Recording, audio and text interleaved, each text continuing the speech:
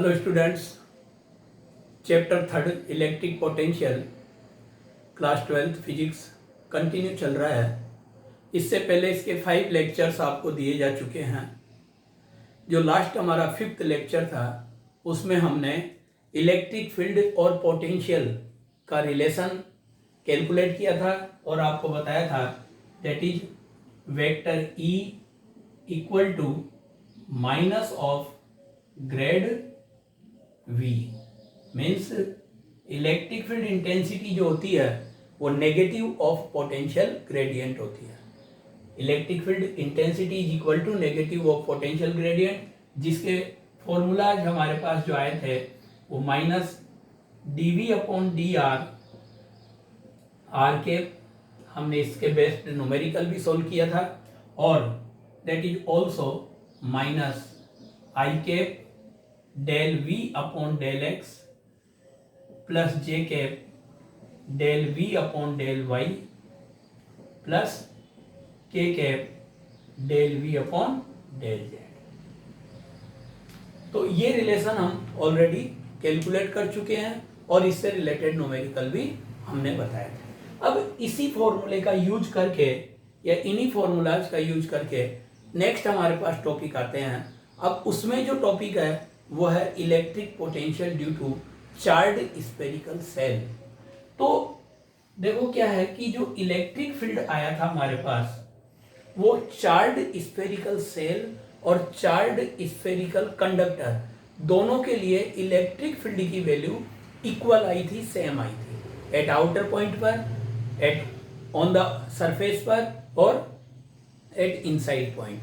तो यहाँ पर हमारे पास जो हम टॉपिक ले रहे हैं वो चार्ज स्फेरिकल सेल और चार्ज स्फेरिकल कंडक्टर का टॉपिक हम एक साथ डिराइव कर रहे हैं। अगर आपके क्लास इसमें एग्जाम में आता है तो एग्जाम में केवल एक आएगा, या तो चार्ज स्फेरिकल सेल का या चार्ज स्फेरिकल कंडक्टर का, लेकिन दोनों की कैलकुलेशन सेम है, इसलिए हम दोनों टॉपिक एक साथ यहाँ पर आपको बता रहे हैं। तो यहाँ पर है topic electric potential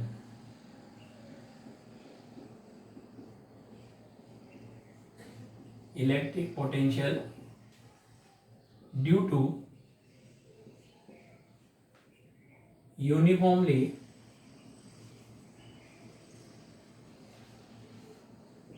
charged spherical cell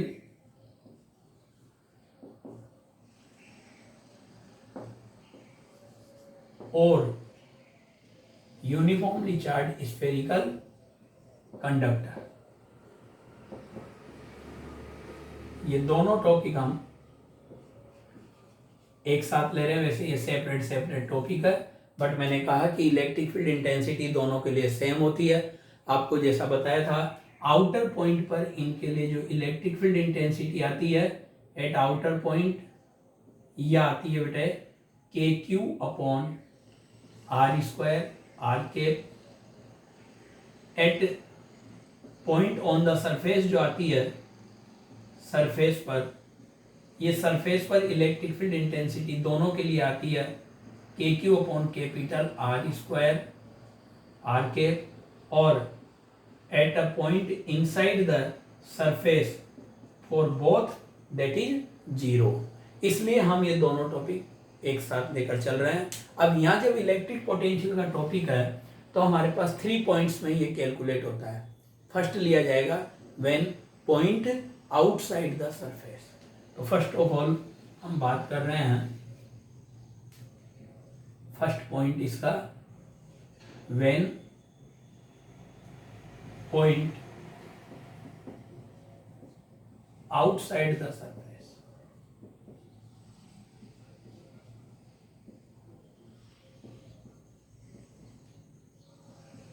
means when R is greater then R। Potential find करना चाह रहे हैं। ये एक स्फेरिकल कंडक्टर या स्फेरिकल सेल है। इसको जो चार्ज दिया जाता है वो चार्ज इसकी सरफेस पर यूनिफॉर्मली डिस्ट्रीब्यूट हो जाता है। क्यों चार्ज इसके यूनिफॉर्मली डिस्ट्रीब्यूट है तो आउटर पॉइंट आर डिस्टेंस पर जो कोई आउटर पॉइंट पी है, वहां पर जो इलेक्ट्रिक फील्ड इंटेंसिटी होगी, वो इलेक्ट्रिक फील्ड इंटेंसिटी की वैल्यू इस आउटर पॉइंट पर हमारे पास आएगी k q upon r square r के, जो ऑलरेडी हम गाउस लॉ से कैलकुलेट कर चुके हैं। Electric field intensity at point P is k q upon r square r k. Now electric potential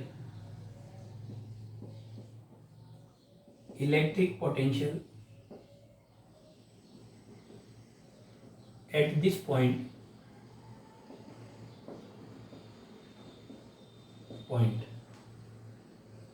v equal to integration infinity to r minus vector e dot vector dr,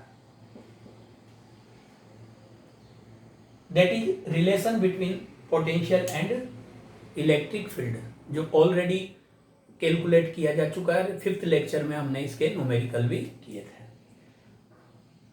जब हम यहाँ पर E की value put कर देंगे तो ये value E की पुट करने पर minus k q upon r square r k dot vector d are.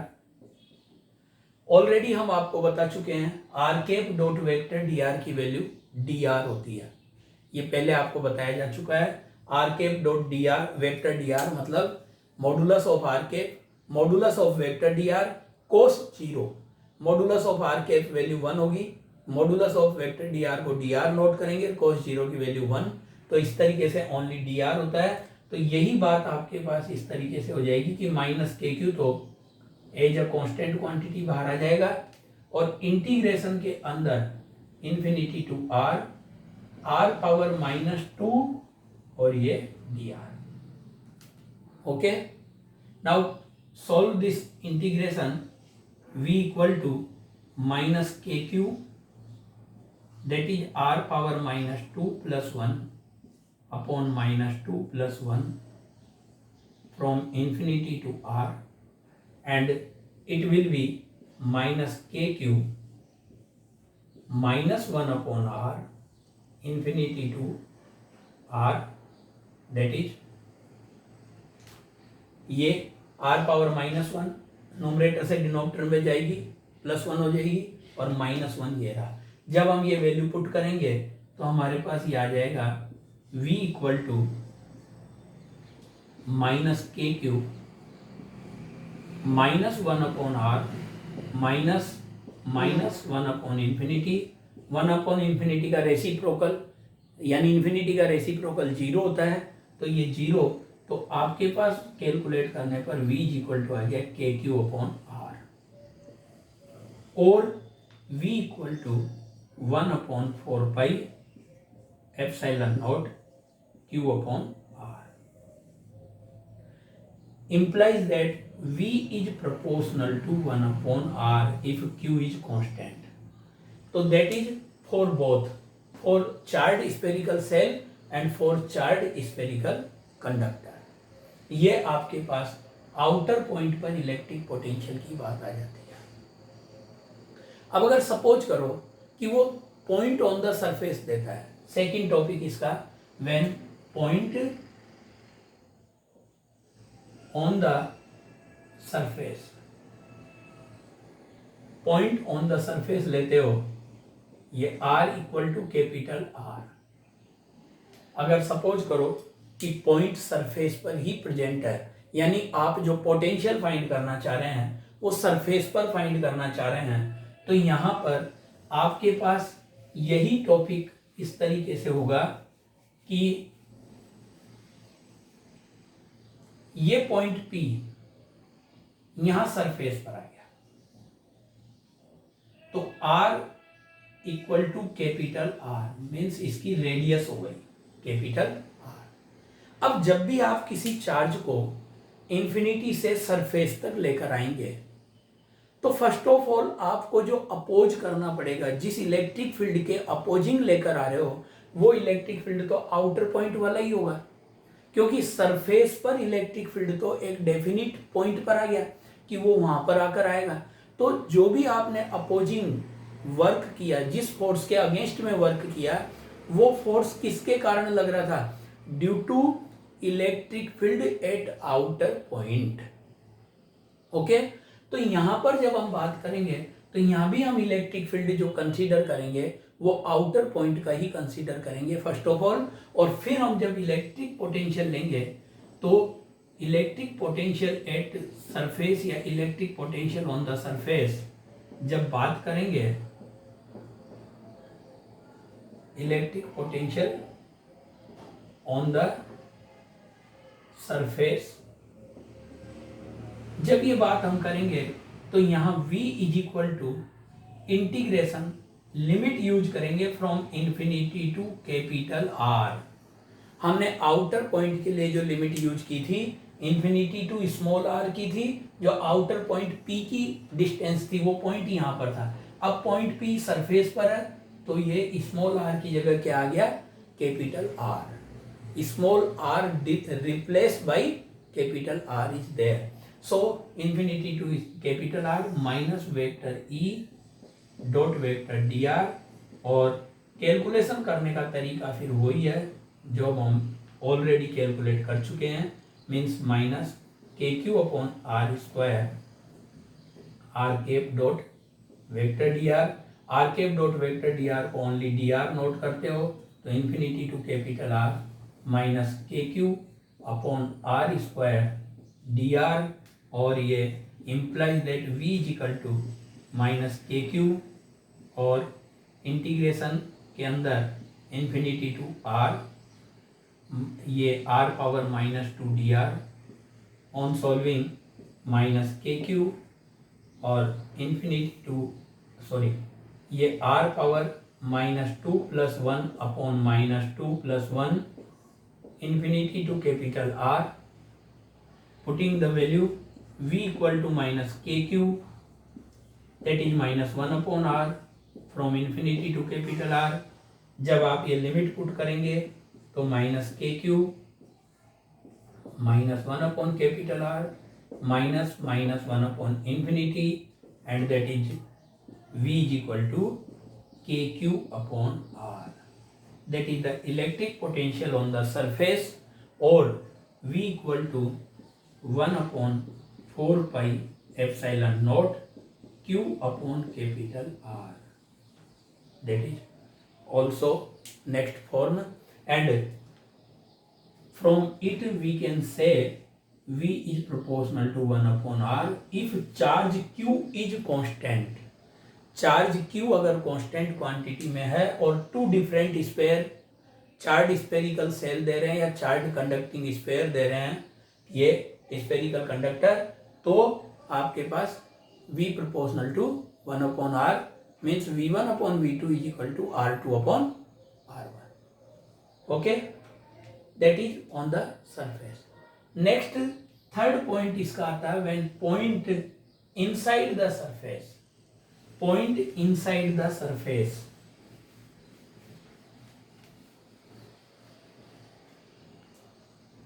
Third when point inside the surface means r is less than capital R।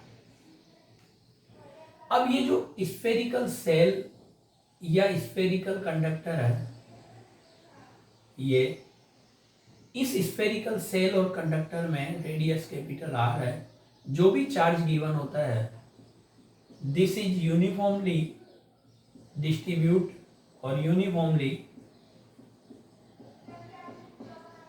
on the surface of these, it is uniformly distributed on the surface of these, that is charge q। अब अगर point P inside में लिया तो inside में जो electric field होता है वो जीरो होता है, तो यहां पर आउटसाइड में इलेक्ट्रिक फील्ड हो गया E out, that is k q upon r square r k, and E inside that is zero. तो इनसाइड में इलेक्ट्रिक फील्ड इंटेंसिटी जीरो होती है, तो तो जो भी आप किसी चार्ज को अगर इंफिनिटी से इस पॉइंट तक लेकर आएंगे,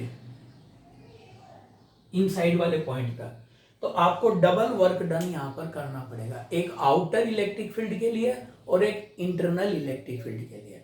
तो यहां जो पोटेंशियल होगा, ये potential V equal to integration infinity to capital R minus vector E out dot vector dr plus capital R to small r means यहां तक आप सरफेस से यहां तक लेकर आएंगे, सरफेस से यहां इस पॉइंट P तक, तो minus E in dot dr। Okay, relation वही है, V equal to integration minus infinity to R minus E dot dr, लेकिन यहाँ इलेक्ट्रिक फील्ड टू पार्ट्स में हो गया, एक आउटर वाला इलेक्ट्रिक फील्ड और एक इनर वाला इलेक्ट्रिक फील्ड। ठीक है, वो बात अलग है कि यहाँ पर इनर में कोई इलेक्ट्रिक फील्ड नहीं है, तो there will be work done will be zero, और we can say the potential inside due to या work done due to electric field of inside will be zero. उसके कारण, उसके अगेंस्ट में जो वर्क डन हमने किया है, जो कि इनसाइड में इलेक्ट्रिक फील्ड है, उसके अगेंस्ट में हमने कोई वर्क डन नहीं किया, वो जीरो होगा। तो ये यहाँ पर इलेक्ट्रिक फील्ड जीरो होने की वजह से हो गया, और कुल मिलाकर ये अगर कैलकुलेट किया जाए बेटा, infinity to capital R minus k q upon R square R cap dot vector dr plus that will be zero, क्योंकि इलेक्ट्रिक फील्ड जीरो है। इसको हम ऑलरेडी कैलकुलेट कर चुके हैं अभी इससे पहले वाले टॉपिक में, सेकंड में। तो on solving we get V equal to k q upon R। तो ये हमारे पास एक बात आ जाती है कि इनसाइड में भी अगर कोई पॉइंट है कंडक्टिंग स्फीयर और कंडक्टिंग चार्ज स्फेरिकल सेल के अंदर, तो वहां पर भी इलेक्ट्रिक पोटेंशियल की वैल्यू सरफेस पर पोटेंशियल के इक्वल होती है। क्लियर? तो इस पूरे टॉपिक में ये स्फेरिकल सेल या स्फेरिकल कंडक्टर दोनों के लिए मैंने बात की आपसे, दोनों टॉपिक एक साथ कराए, point outside the surface, point on the surface और पॉइंट इनसाइड द सरफेस। ये कैलकुलेशन आपको करनी है अगर कोई भी टॉपिक आता है तो। अब इसका ग्राफ अगर हम प्लॉट करें, ग्राफ ड्रॉ करें, तो आप देखिए इसका ग्राफ किस तरीके से होगा।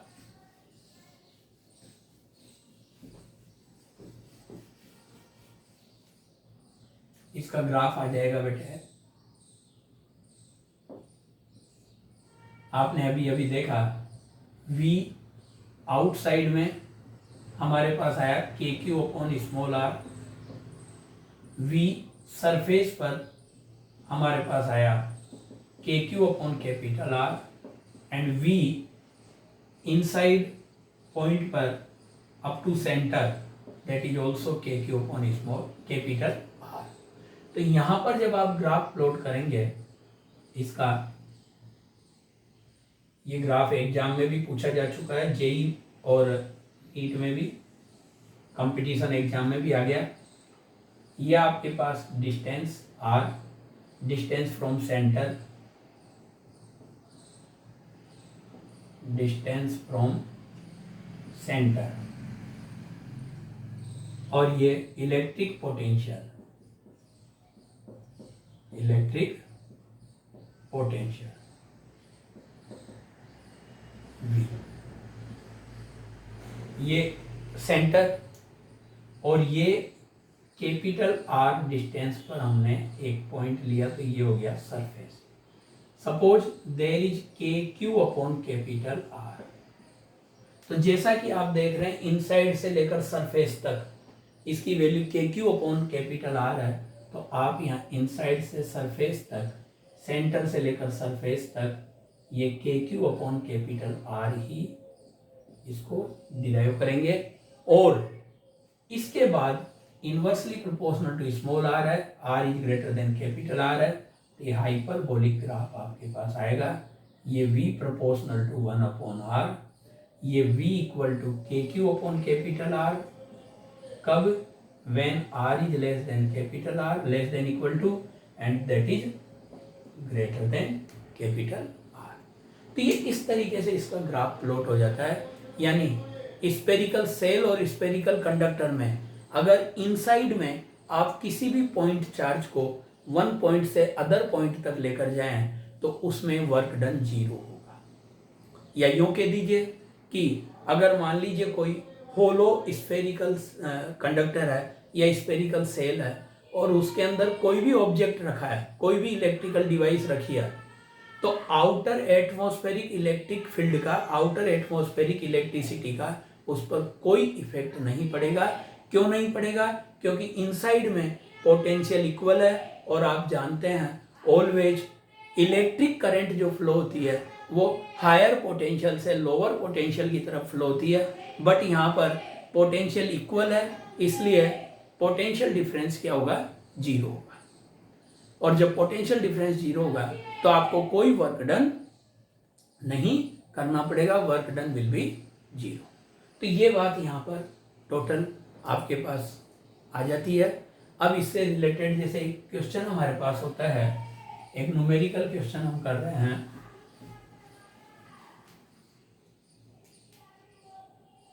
क्वेश्चन है surface charge density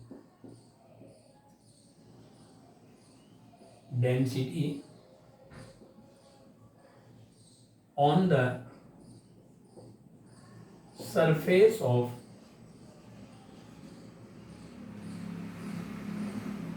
conducting sphere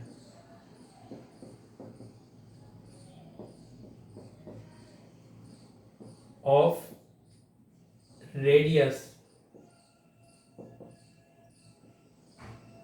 r1 and r2 is same,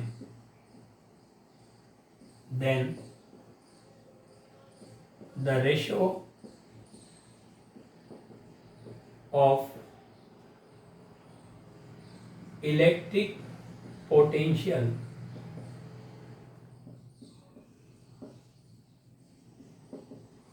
on the surface of both is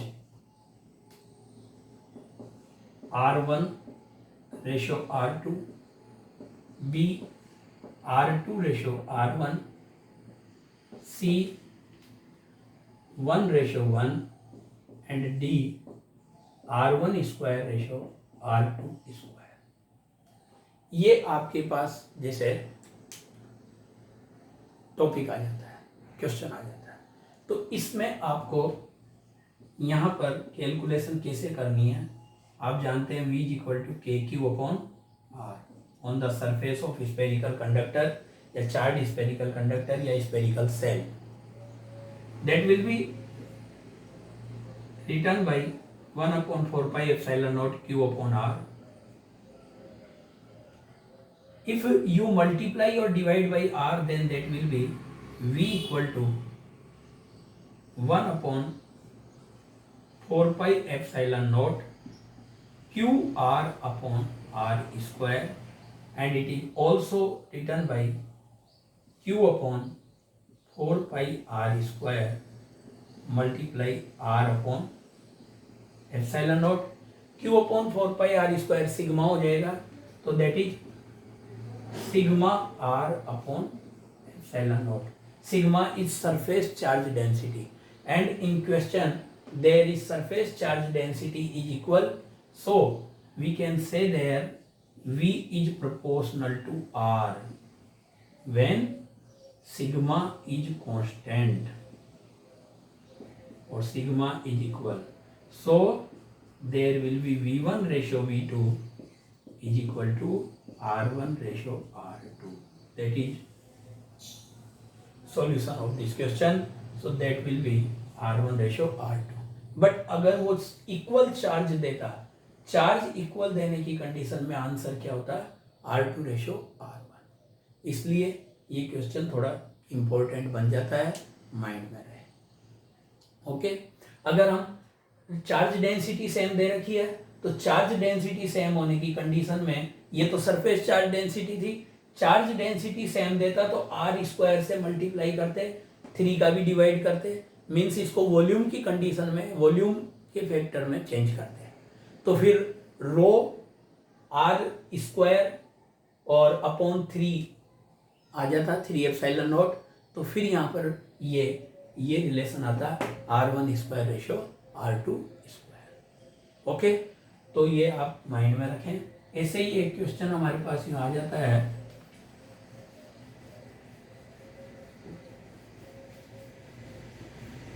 एक क्वेश्चन इस तरीके से है,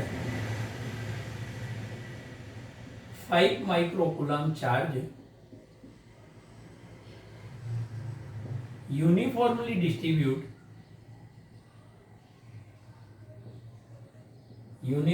distribute on the surface of a spherical conductor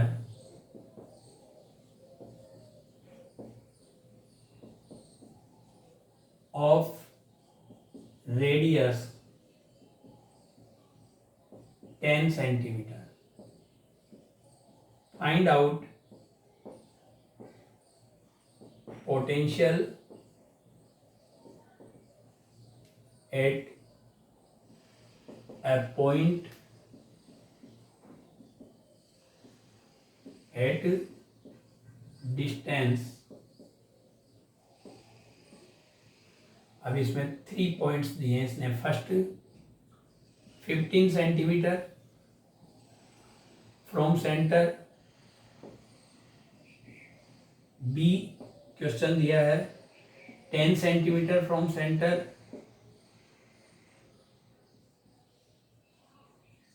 and C question दिया है 5 सेंटीमीटर फ्रॉम सेंटर।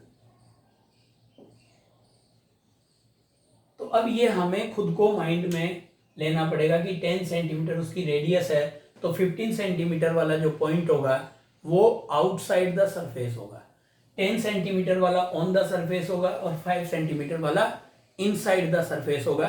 तो इसका calculation जब हम करेंगे तो फर्स्ट क्वेश्चन के लिए, इस ए क्वेश्चन के लिए हम v is equal to k q upon are, तो ये यूज करेंगे। ये 9 इंटू 10 टू पावर 9 और q 5 into 10 to power -6 upon 15 into 10 to power -2, 5 3 जा 15, 3 3 जा 9, that will be 3 into 10 to power 5 volt. यह आपके पास फर्स्ट क्वेश्चन का आंसर हो गया, पोटेंशियल ऑन द 15 सेंटीमीटर। जब सरफेस पर बात आती है तो k q upon capital R means 9 into 10 to power 9, 5 into 10 to power -6 upon 10 into 10 to power -2, तो that will be 4.5 into 10 to power 5 volt. ये यहाँ से 5 2 जा 10, 2 से ये 4.5 टाइम्स कैंसिल होगा, तो ये आ जाएगा। और सी जब आप बात करेंगे 5 सेंटीमीटर पर, तो ये पॉइंट इनसाइड में है, एंड इनसाइड के लिए भी v equal to k q upon capital R आता है, तो ये आ जाएगा 9 into 10 to power 9, 5 into 10 to power -6 upon 10 into 10 to power -2, that is again 4.5 into 10 to power 5 volt. तो इस तरह से न्यूमेरिकल प्रॉब्लम आपके पास बन जाती है इस टॉपिक से रिलेटेड, और टॉपिक भी आपके पास आ जाता है, तो आप कैलकुलेट कर सकते हैं। That's all for today, thanks.